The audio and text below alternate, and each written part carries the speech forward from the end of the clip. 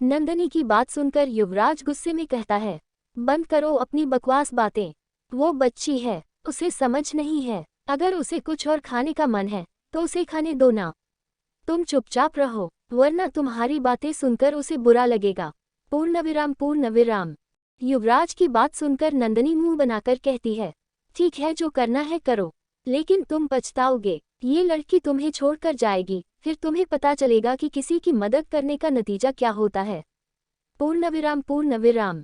नंदिनी की बात सुनकर युवराज गहरी सांस लेकर सुहाना के चेहरे को देखने लगा, जो राजा से अपने खाने की फरमाइश कर रही थी। जब सुहाना की नज़र दरवाजे के पास खड़े युवराज पर गई, तो वह तुरंत अपनी जगह से उठकर भागते हुए आई और उसने युवराज के पास आकर उसको कस के गले लगा लिया। सुहाना की नज़र अभी तक नंदिनी पर नहीं गई थी, क्योंकि वह युवराज को देखकर ही बहुत खुश हो रही थी। वहीं जब युवराज ने सुहाना को इतना खुश देखा तो वह उसके सर को सहलाने लगा।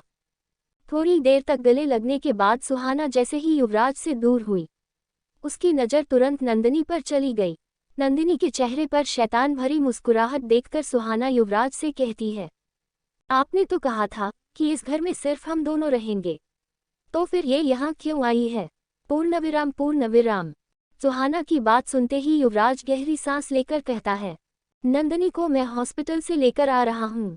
डॉक्टर ने इसे आराम करने को कहा है। इसकी मम्मी अभी घर पर नहीं है, इसीलिए मैं इसे यहाँ लेकर आया हूँ, ताकि कोई इसकी देखभाल कर सके। जैसे मैं तुम्हारी देखभाल करता हूँ, वैसे मैं नंदिनी की भी करूँगा। तुम फिक्र मत करो, मैं तुम्हारे साथ हूँ। पूर्ण विराम। युवराज की बात सुनकर सुहाना गुस्से में नंदिनी को देखने लगी। वही जब नंदिनी ने सुहाना की आंखों में गुस्सा देखा तो वह हैरान होकर युवराज से कहती है, तुमने देखा कैसे ये लड़की मुझे गुस्से में देख रही है। जरूर इस लड़की को मेरा यहाँ आना पसंद नहीं आया। मैं तो कह रही हूँ कि तुम्हें ये लड़की दिखाती कुछ और है, करती कुछ और है और कहती कुछ और है। पूर्ण विराम। नंदिनी की बात सुनकर युवराज की नज़र सुहाना पर गई, जिसके होठों पर मुस्कुराहट थी। सुहाना को मुस्कुराते देख युवराज नंदिनी से कहता है, तुम बहुत ज़्यादा ही नेगेटिव सोचने लगी हो। ये लड़की मुस्कुरा रही है और तुम्हें इसकी आंखों में गुस्सा दिखाई दे रहा है। लगता है तुम्हें अभी आराम की ज़रूरत है। चलो मैं तुम्हें कमरे में छोड़ देता हूँ। पूर्ण विराम। ये कहकर युवराज दोनों को घर के अंदर लेकर आया। सुहाना घर के अंदर आते हुए भी बार बार नंदिनी को ही देखे जा रही थी। सुहाना का चेहरा ही बता रहा था कि नंदिनी को देखकर उसे कितना गुस्सा आ रहा है। ऐसा लग रहा था जैसे वह अभी नंदिनी की जान ले लेगी। वही घर के नौकर राजा ने जब से देखा नंदिनी भी आई हुई है तो वह दंग रह गया। पहले तो उसे लगा था कि अब वह यहाँ नई मैडम के साथ अच्छे से रहेगा, कोई भी उसे परेशान नहीं करेगा, लेकिन नंदिनी को देखते ही राजा का मूड खराब हो गया। वह तुरंत वहां से चुपचाप किचन की तरफ जाने लगा। राजा किचन की तरफ जा ही रहा था कि तभी नंदिनी उसे रोककर गुस्से में कहते हैं, क्या तुम अंधे हो? तुम्हें दिखाई नहीं दे रहा है कि मैं यहाँ आई हुई हूँ? तुम चुपचाप यहाँ से जा रहे हो। तुम्हें मेरे लिए पानी लेकर आना चाहिए था ना। पूर्ण विराम। नंदिनी की कड़वी बातें सुनते ही राजा के कदम वहीं रुक गए। उसने तुरंत पीछे मुड़कर नंदिनी को मुस्कुराते हुए देखा। फिर वो उसके पास आकर कहता है, सॉरी मैम, मैं अभी लेकर आता हूँ। पूर्ण विराम। ये कहकर राजा जैसे ही वहां से जाने को हुआ कि तभी सुहाना उसे रोकते हुए कहती है, नहीं राजा भैया, आप इस लड़की की कोई भी बात नहीं मानोगे, क्योंकि युवराज जी ने आपको मेरे लिए रखा है। आप सिर्फ मेरी बात को फॉलो करोगे। अगर इस लड़की को पानी पीना है तो ये लड़की खुद जाकर पानी पी लेगी। पूर्ण विराम। सुहाना की बात सुनकर युवराज नंदिनी दोनों ही हैरान थे। युवराज को तो हैरानी इस बात से हो रही थी कि सुहाना यहाँ आते ही महारानी बनने लगी थी। उसके एक्सप्रेशन बता रहे थे कि जैसे वह इस घर को पूरी तरह से अपना चुकी है। वही नंदिनी सुहाना की बातें सुनकर गुस्से में कहती है, क्या बकवास बात कर रही हो? तुमसे पहले युवराज मेरा है और जो चीज़ युवराज की है वह मेरी है, यानी कि यह नौकर मेरा भी काम करेगा। तुम इस घर में कुछ दिन की मेहमान हो तो चुपचाप रहो, ज़्यादा बोलने की कोशिश मत करो। पूर्ण विराम। नंदिनी की बात सुनकर सुहाना हंसते हुए कहती है, आप तो बुरा मान गई। मैंने तो ऐसा इसलिए बोला क्योंकि युवराज जी ने बताया था कि उनकी नंदिनी बहुत अच्छा खाना बनाती है। उनकी नंदिनी बहुत अच्छी लड़की है जो सबका ख्याल रखती है, खुद का भी ख्याल रख लेती है। तो मुझे लगा आप खुद के लिए पानी ले सकती हैं। वैसे मैं ये सब काम नहीं कर सकती। ये बात मैं भी जानती हूँ और मैं खुलकर कहती हूँ। इसीलिए तो युवराज जी ने मेरे लिए राजा भैया को रखा है। पर लगता है युवराज जी ने आपके लिए जो जो कहा है वह सब झूठ है। आपको कुछ भी करना नहीं आता है। छी छी छी, आप इतनी बड़ी हो गई हो और आपको कुछ भी नहीं आता है। पूर्णविराम पूर्णविराम। सुहाना की बात सुनकर नंदिनी हैरान थी। वहीं युवराज भी कंफ्यूज होकर सुहाना को ही देख रहा था, क्योंकि वह सोच रहा था कि उसने कब नंदिनी के बारे में सुहाना से ऐसा कहा था। लेकिन तभी नंदिनी कुछ सोचते हुए कहती है, युवराज ने जो भी कहा है वह बिल्कुल सच है। मैं सबकी देखभाल करती हूँ। मैं खुद की भी देखभाल कर सकती हूँ। तुम्हें शायद पता नहीं होगा, मैं बहुत अच्छा खाना बनाती हूँ।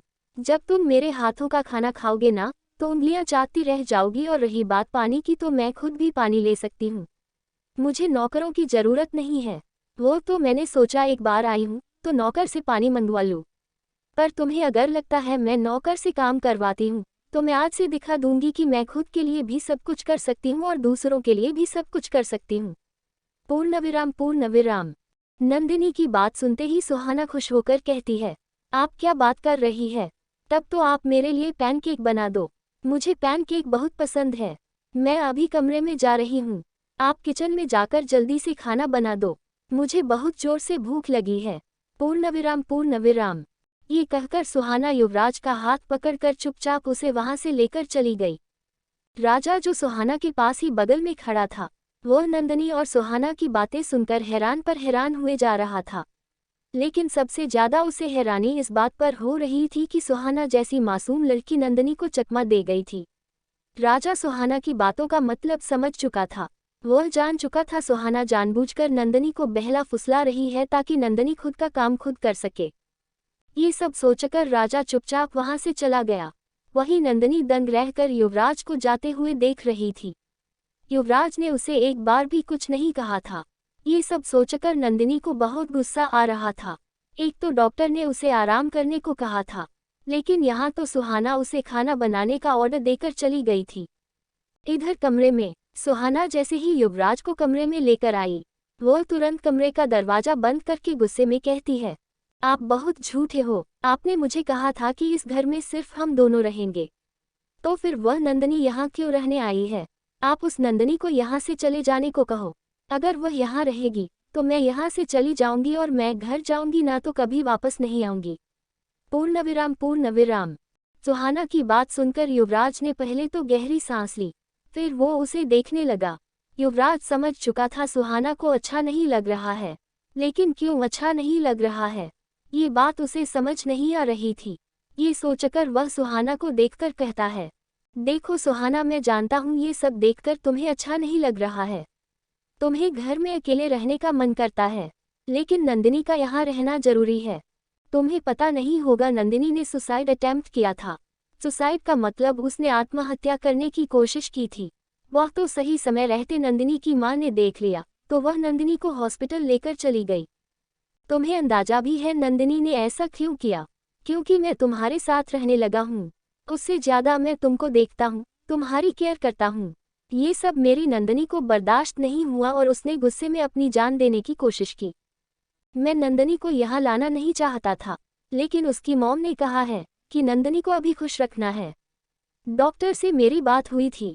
डॉक्टर ने भी कहा है कि नंदिनी डिप्रेशन में जा सकती है। अगर वह खुश रहेगी तो बहुत जल्दी ठीक हो जाएगी। जब नंदिनी ठीक हो जाएगी तो मैं उसे यहाँ से जाने के लिए कह दूंगा। तुम फिक्र मत करो, लेकिन तब तक के लिए नंदिनी के साथ यहाँ रहो। पूर्णविराम पूर्णविराम। युवराज की बात सुनते ही सुहाना मुस्कुराते हुए कहती है, आपको लगता है वह नंदिनी अपनी जान देने की कोशिश करेगी? मैं सच बताऊं, वह अपनी जान कभी दे ही नहीं सकती है। जान देने के लिए खुद के अंदर जिगर होना चाहिए, जो आपकी नंदिनी के अंदर बिल्कुल भी नहीं है। वह एक नंबर की डरपोक है। हल्की सी चोट लगने पर जो इतना बवाल मचा देती है, वह भला अपनी जान कैसे दे सकती है? पूर्णविराम पूर्णविराम।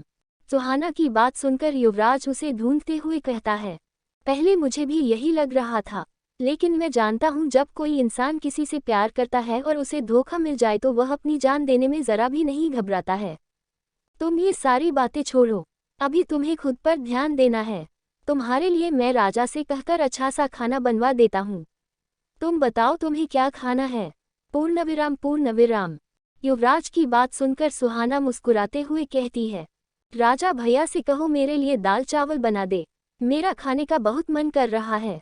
जब तक राजा भैया खाना बनाते हैं तब तक मैं आपके साथ काम कर लूंगी। वैसे भी आप मुझे अब प्रोजेक्ट बनाने के लिए नहीं देते हैं क्या? आपको मेरा बनाया प्रोजेक्ट पसंद नहीं आता है क्या? पूर्ण विराम।